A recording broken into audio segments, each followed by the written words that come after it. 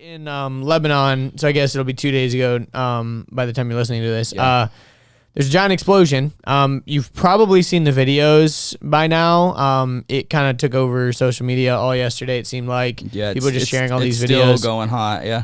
And, man, I honestly don't think I've seen an explosion like that ever. I've seen explosions like that on film, like when they're doing nuclear tests in the desert and shit. But I've never seen like in real life in a city with people. Like I've seen detonations like that, yes, but not in that context at all. Not in a in the middle of the ocean or in the middle of the desert, but in a populated area, I've never seen anything like that. I mean, the last thing I can think of that was that big is like a 9/11 type situation. Where and it wasn't a bomb, but it was a lot of people died. And then you think about, like atomic bombs, like Hiroshima, Nagasaki, that kind of thing. I think the weirdest thing about the situation is there's so much like speculation right now, and me included, of like what happened and who did it, and like was it an accident? Was it government? Was it an attacking other nation? Was it whatever? I think there's a lot of questions. Just like 9/11. We might not ever know the full truth. I don't think we know the full truth about 9/11, but we definitely know 9/11 was a terrorist attack. We know that for sure, right? We don't know what this, I will agree with that. We don't know if this is an accident or an act of terror. We don't know yet, and it's only been 1 or 2 days. We don't know anything. It's not on home soil, so it's really hard to like navigate what's happening there. It's a developing situation. I do have a couple of friends that are Lebanese and have been posting about it. And I've been seeing their back and forth, which has been pretty interesting. But I think the main thing to focus on is just like supporting innocent people that like got hurt. And a lot of people died. A lot of people really hard because the world is currently in an economic downturn, an economic crisis, and people don't have money to donate to causes. It's just a fact. And unless you got that government pension or whatever the hell is called. But even still, it's kind of like people just don't have money to donate to anything, even if it is something as terrible and scary and tragic as that. Like, for example, like there's a lot of industries that are thriving right now. For example, Tony Hawk posted yesterday that Birdhouse Skateboards is having some of the best sales times ever. Because everyone's outside skating. Everyone wants to take up skateboarding because they've got extra time now. Like, there are certain industries that are still killing it, and there are certain industries that would be killing it that aren't. Like, I think saying like no one has money, I don't think that's necessarily true. And the types of people that would donate significant amounts of money aren't hurting that bad. Yeah, the people that are hurting are the people that probably wouldn't be able to donate that much anyways. I would say any type that could be a generalization. Well, here's just an example.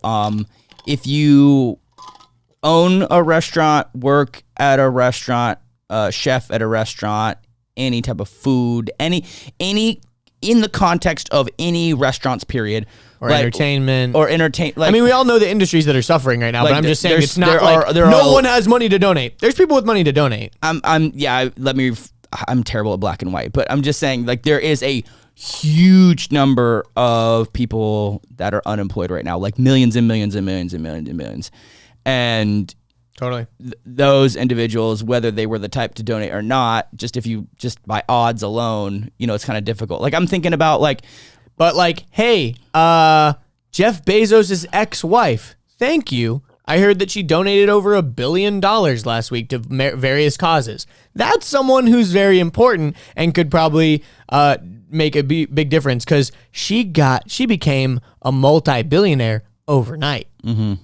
Because when they got divorced, she took like 30%. She could have taken 50, and she was like, I don't even want 50. Like, I don't want it.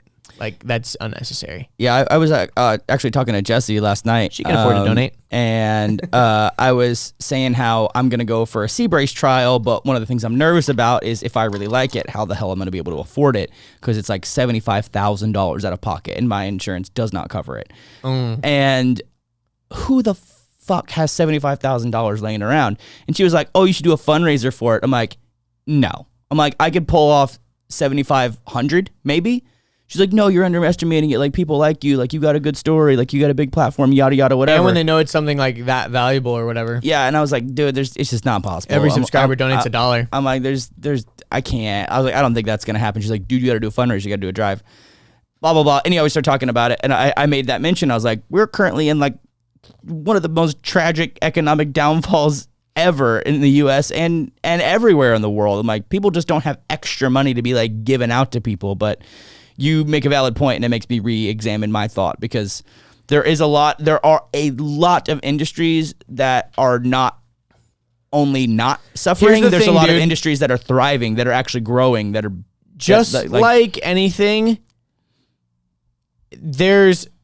There's always 1% that does 99% of the work, and there's always 99% that does 1% of the work. In any fundraiser, there's always people donating $1, $2, $20, $50. And then there's one anonymous fucking donor that just 50 grand literally just does the rest. Like, that always happens. Like, church fundraisers, they're like, yeah, we're 20% of the goal. And then the next week they're like, we had an anonymous donor that matched everyone's donations or whatever, like things like that. So, dude, like, if you started something like that, you never know what can happen. And also, people do GoFundMes all the time, and they don't even have a single audience at all. Like, they're nobodies on like social media, and then their GoFundMe goes viral for whatever reason, or like whatever. So it's like, there's always weird things, and it's like, oh man, we can't even make 75 grand and we've been trying to make money. How could we come up with 75 grand if we're just asking for it? And it's like, dude, it's because because it's for something completely different. It's not just so that, oh, I'm making Richard like money. It's like, oh, I'm going to potentially help him, and then, blah, blah, blah. I don't know. But yeah. But fundraisers are weird because it feels like you're begging.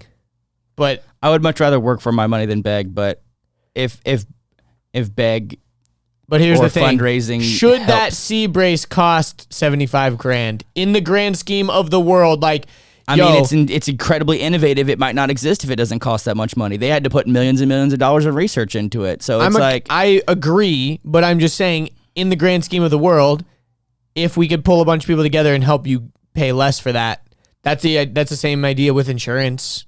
That's the same idea with it's literally pooling all the resources so that people that, like, you put in a little bit of money so that if I do need it one day, blah, blah, blah. I think that's the same idea with a lot of certain things. Like, you can drive down the cost for everyone if everyone like pitches in, because you never know when you might not need it. Like, hopefully I won't need insurance, but because everyone subscribes to this idea of insurance, we can, people that end up getting millions of dollars of medical bills or something, that can end up getting paid for because you bought into the idea of like insurance. Like, people subscribe to the idea of paying it forward. Like, if I was in a situation where I needed something that cost a ton of money to change my life, maybe I'd hope that other people would do the same. So I'll donate this time or whatever. I don't know. What goes around comes around. I definitely know. I'm not saying that's the way to go with the GoFundMe or something like that, but it's just I know a lot of people underestimate what could happen. You're right. I know a lot of people that do a lot of fundraising for a lot of different reasons, and they do. I mean, they're able to live on it like for a long period of time, like for years. And it's like totally. It's very interesting. But anyway, yeah, back to explosion. Lebanon. Yeah, I guess the whole thing of like focusing on like people that got hurt and all that. Like, I mean, obviously you can donate and blah blah blah. There's things like that. But I think the main thing, what I meant by that is not necessarily like help the people who are hurt. I think it's more like, yes, you can speculate and all that, and we can try to figure out who did it and what's happening, and that's very fun. I like diving into some of that stuff sometimes, but on the same side, it's like, what, we shouldn't make like that I don't know. Like, it's kind of like, oh, Sandy Hook happened and it was really bad, but let's try to figure out if it was a false flag operation and like blah, blah, blah, blah. It's like, no, dude, like, kids died. Like, it's like the people that protest soldiers' funerals because they don't believe in war. It's like, yes, but now is not the time. It's like, yes, we can talk about conspiracy theories, but like, people died and stuff, like in their houses, just doing nothing. People at the mall, people in restaurants, people just in their cars, like, died because of this explosion or are having like severe injuries because of this explosion. And it's like, it's kind of rude to like start.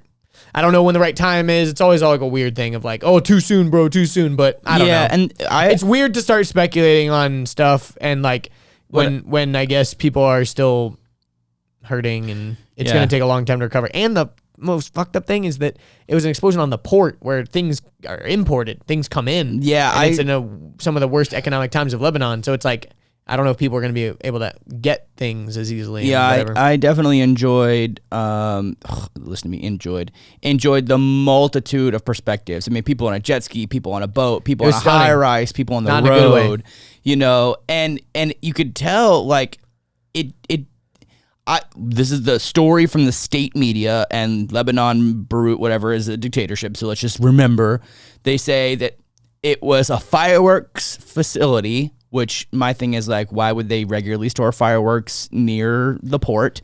I don't know. And there was a fire, and the fireworks caught on fire, and then the fire spread and reached another storage unit where they had confiscated some sodium nitrate off of a ship and just kind of left it there.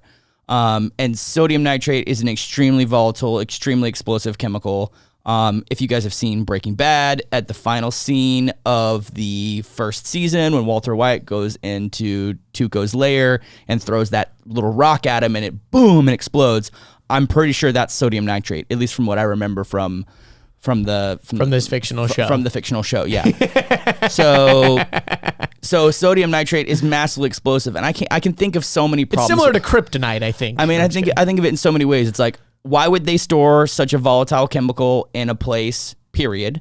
Why would they store it near fireworks? Why are fireworks being stored, explosives being stored at this facility? Like, there are way too many questions, and I think, honestly, most conspiracies, most disasters are just like, I mean, you look at Chernobyl, right? It's like, it's a combination of just a ton of bad decisions over time that lead up to a singular event. You look at the global pandemic. Like, why weren't we preparing for something like this? Why didn't we have a backup stash of masks in case of something like this? Why didn't we have this? Why didn't we have the infrastructure for this?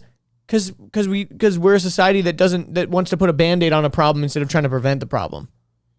Yeah, there's a lot of questions when it comes to so many fucking things.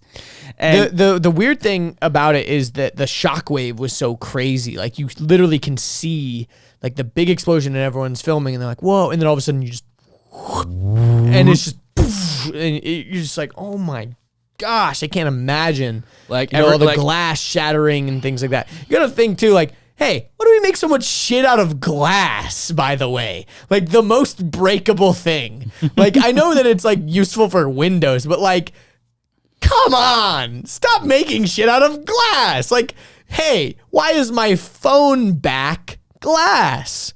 It breaks. I don't know. Make it plastic. That doesn't break.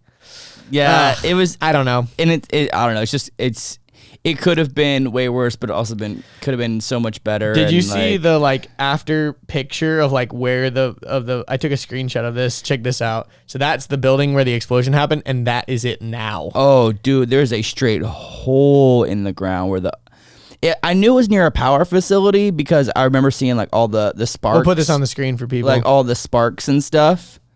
The thing that's weird is, that building is just, oh man, that is a cave. Wow, that's insane, dude. And it's just like at the tip. If you think about it, an explosion doesn't just go up; it also goes down. So like that building literally went into the water. It goes down and out. It goes like, man, now it's really down and out.